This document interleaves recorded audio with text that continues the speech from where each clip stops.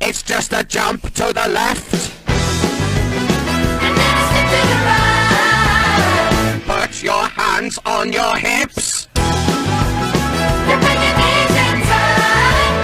Then it's the pelvic thrust that really drives you insane. All right, Lisa and Tamara, thank y'all so much for coming on here. Thanks for having us. We always love having y'all on. I know this is Lisa's first time, but it's not Tamara's first time. So Lisa gets to count herself now as part of our Get Your Geek On alumni. Yay. I know it's Do we such get like a pen t-shirt. we have jacket? we'll have jackets made. You know, Okay. it's- Alrighty, so heavens above, we finally get the news about our doctor, who is going to follow in Capaldi's footsteps. And heavens above, the news came down that it's a woman. Panic ensued. Stock markets crashed. The seas boiled. Dogs and cats living together. Same roof. Mass hysteria.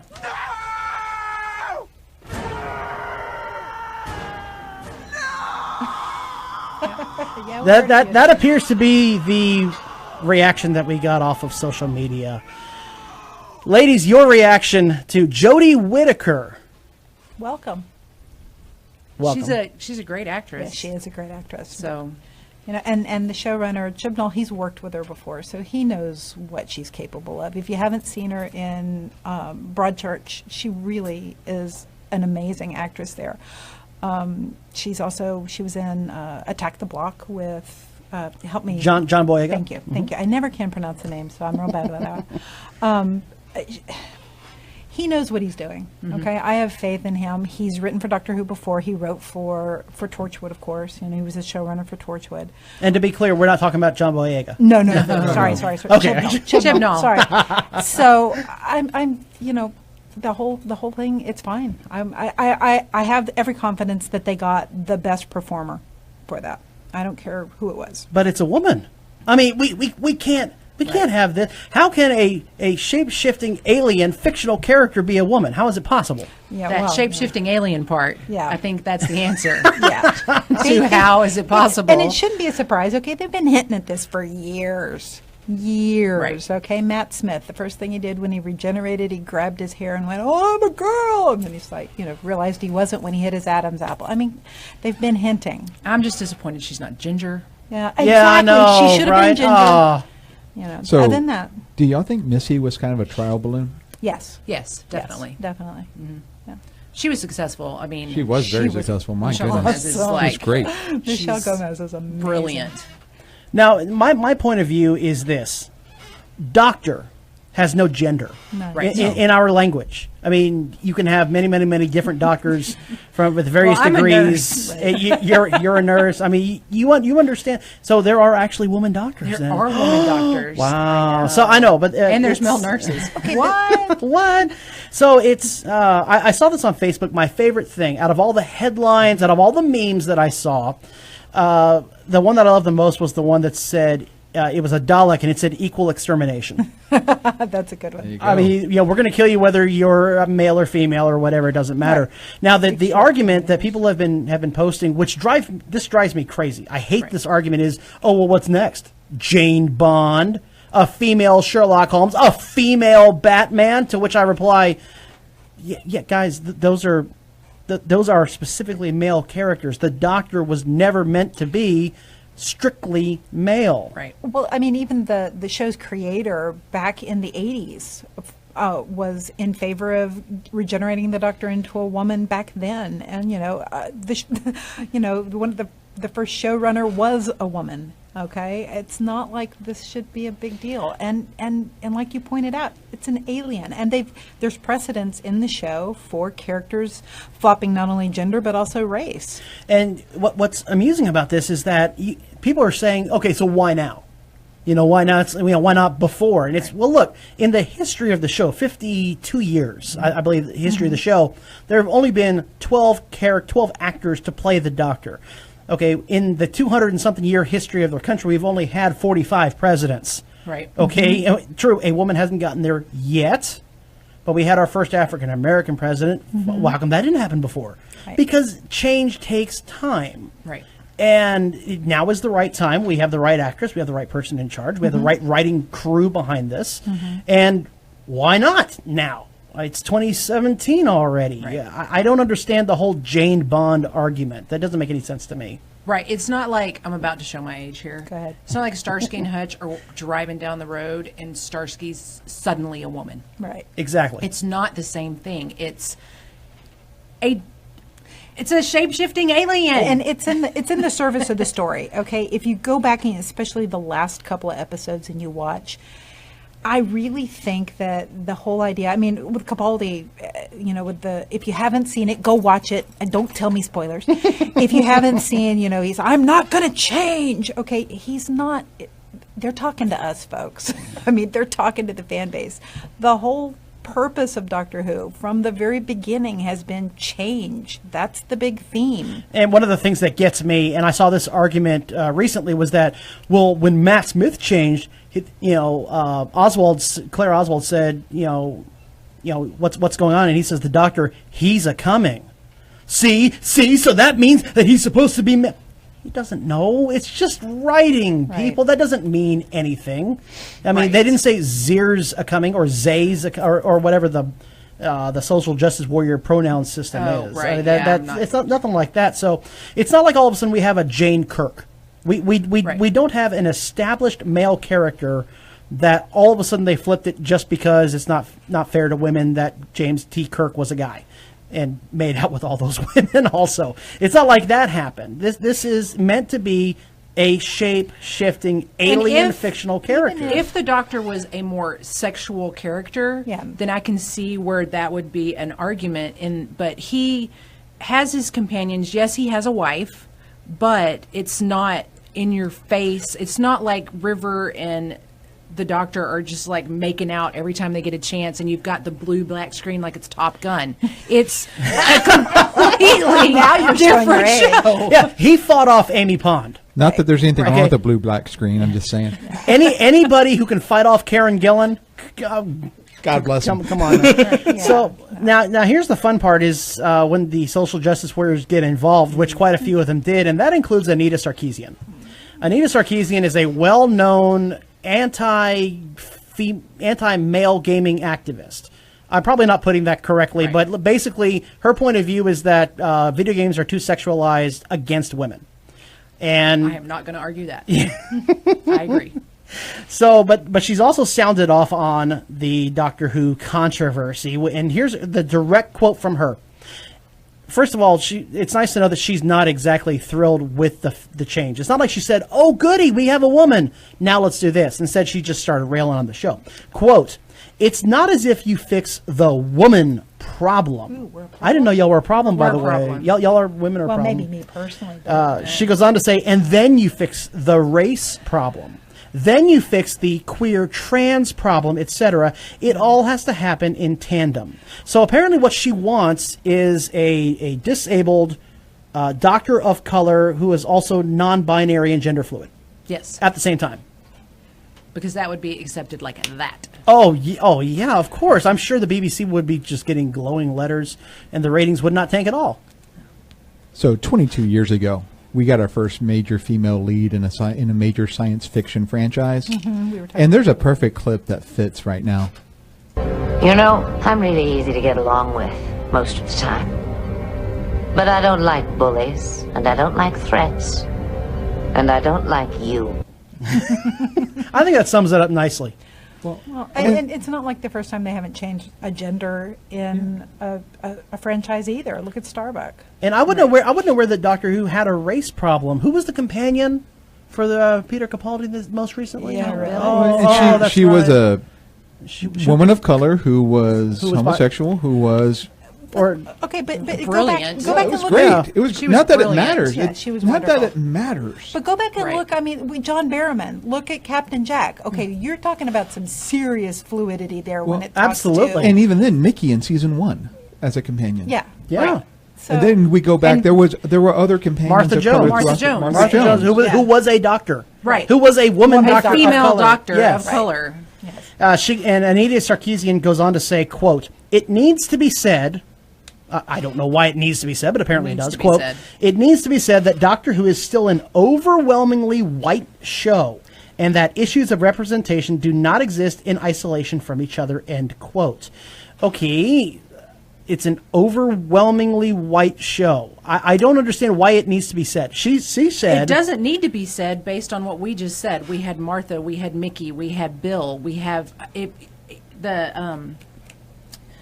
the weird episode with the family of blood. Right. Yeah, that is just, to me, one of those weird episodes where you're like, these people are different. And we had lizard people. Yes. Right. We had angels, stone angels. I mean, it's a science fiction television show. I don't understand why it needs to be said that Doctor Who is an overwhelmingly white show. Why? Why do we care? It's been a great show. Right.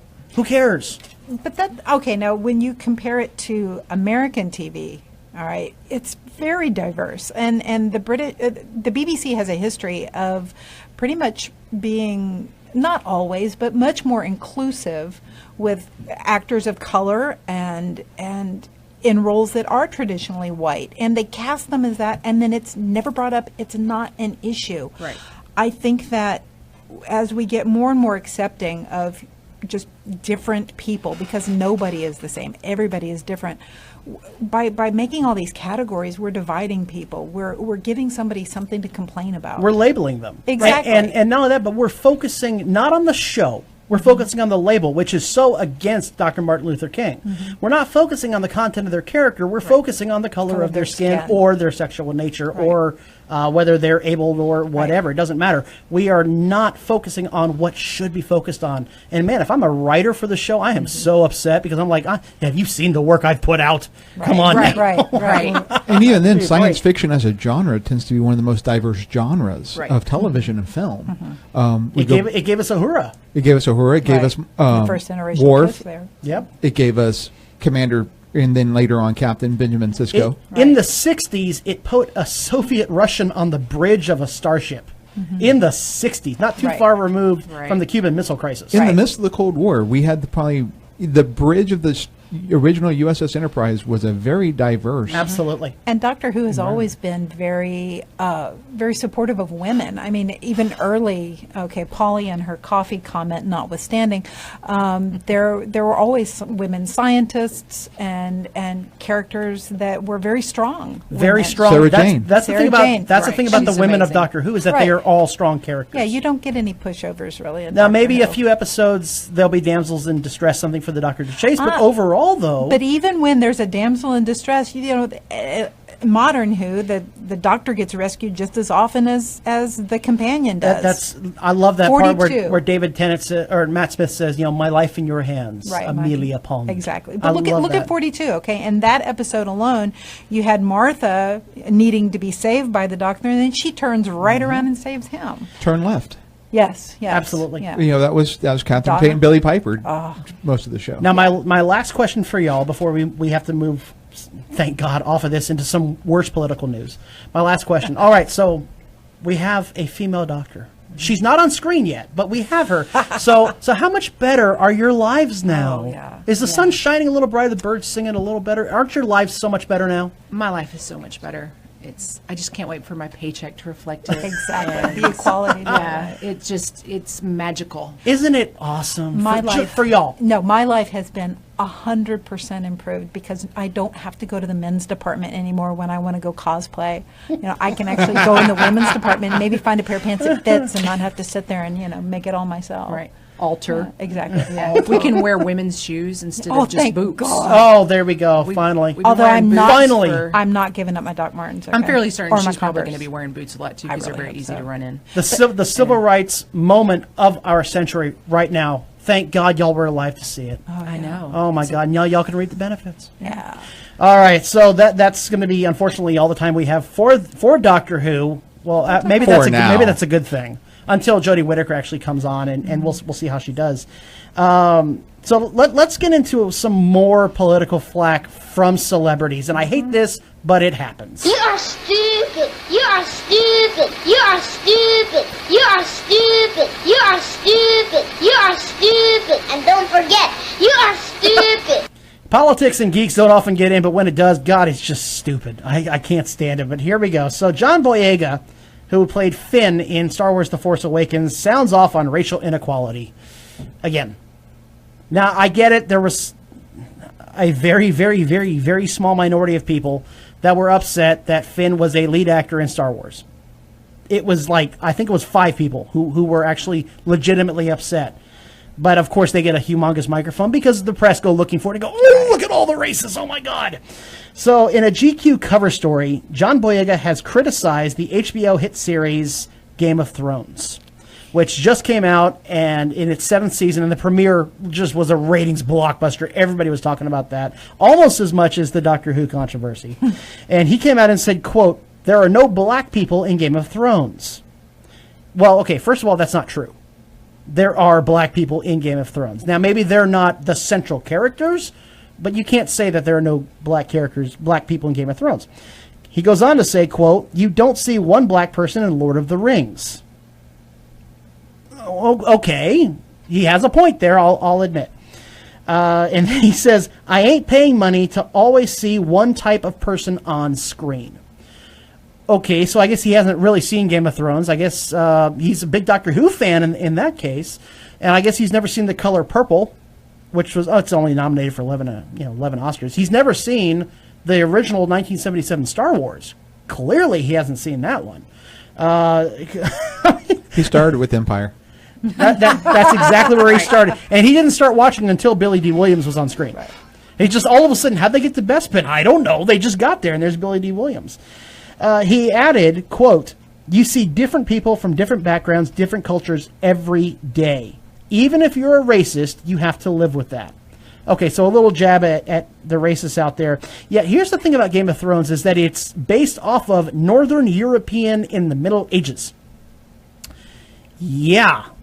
I mean, sorry, there were no direct flights from, Kenya or from Saudi Arabia or anything up to Paris or Norway in the 1300s. It just didn't exist. And if you don't like the show, fine, go watch something else. I mean, certainly, I guess that means he's never watched any Tyler Perry movies either. Because there's only one type of person on screen in a Tyler Perry movie. Now, I get what he's trying to say. What he's trying to say is that there's racial underrepresentation in shows, which I agree with. I absolutely agree with. But the way that he phrased it, I think there's a certain quote that comes to mind. In fact, we have a quote. We went out and got this quote specifically about this issue. Very poor choice of words. Yeah, very poor choice of words. Thank you, Heath Ledger, for that one. I appreciate it. That is not the way he goes about saying it is just not at all what I would have gone with. You want to talk about how there aren't enough African Americans in lead roles? That's fine. Of course, Black Panther movie's coming out. Oh, he's not going to see that either. My bad.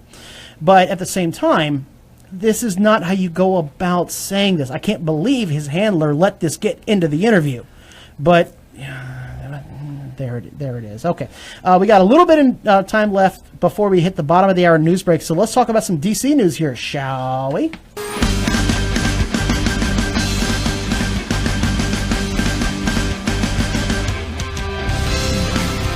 And this segment is brought to you by our friends over at Southtown Games. Southtown Games is located on Pleasanton Road on the south side of San Antonio in Loop 410. I have been there a couple of times. Minion has been there at least once that I know of. And this is a new sponsor for us, but these guys are fantastic.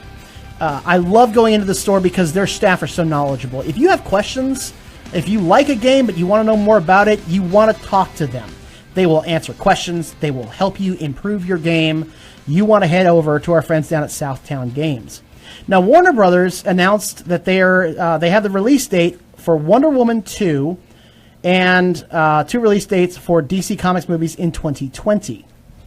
This was announced San Diego Comic-Con, which, by the way, keep an eye on getyourgeekon.org. We are going to be publishing news related to what comes out of San Diego Comic-Con, and oh my God, the news is everywhere. Woo, love it. The first movie will be released on Valentine's Day, 2020, February 14th.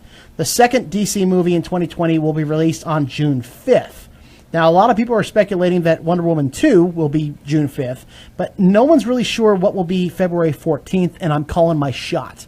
I think they're going to go with Gotham City Sirens on Valentine's Day. Now, that's a comic line that features Poison Ivy, Catwoman, and Harley Quinn. On Valentine's Day. 3 ladies on Valentine's Day, and they're doing it mostly to just kind of thumb their nose at Marvel and say, ha ha, look at all the women we have and you don't. So that's a Valentine's Day present for the guys, really. Yeah, well, yeah. Now I've seen your cosplay as Poison Ivy. That's I will show up at the theater. If it is Gotham City Sirens, I will show up at the theater. Mark the tape. Yes. Mark the tape. Poison Ivy. We're absolutely going to do it. Here's the big question, though, is will it be a rated R movie? Probably. Yes. Probably. Yeah, that's kind of the way things are going. So 3 ladies, Valentine's Day, and rated R. And Poison Ivy cosplay. Sold. I am so in. All right, so I want to thank Tamara and Lisa from the Whovians of San Antonio for coming out and spending time with us to talk about all of this. Wish it could be under better circumstances, but we'll have y'all back under better circumstances for sure. Right back here on 9:30 a.m. The Answer and 9:30amtheanswer.com.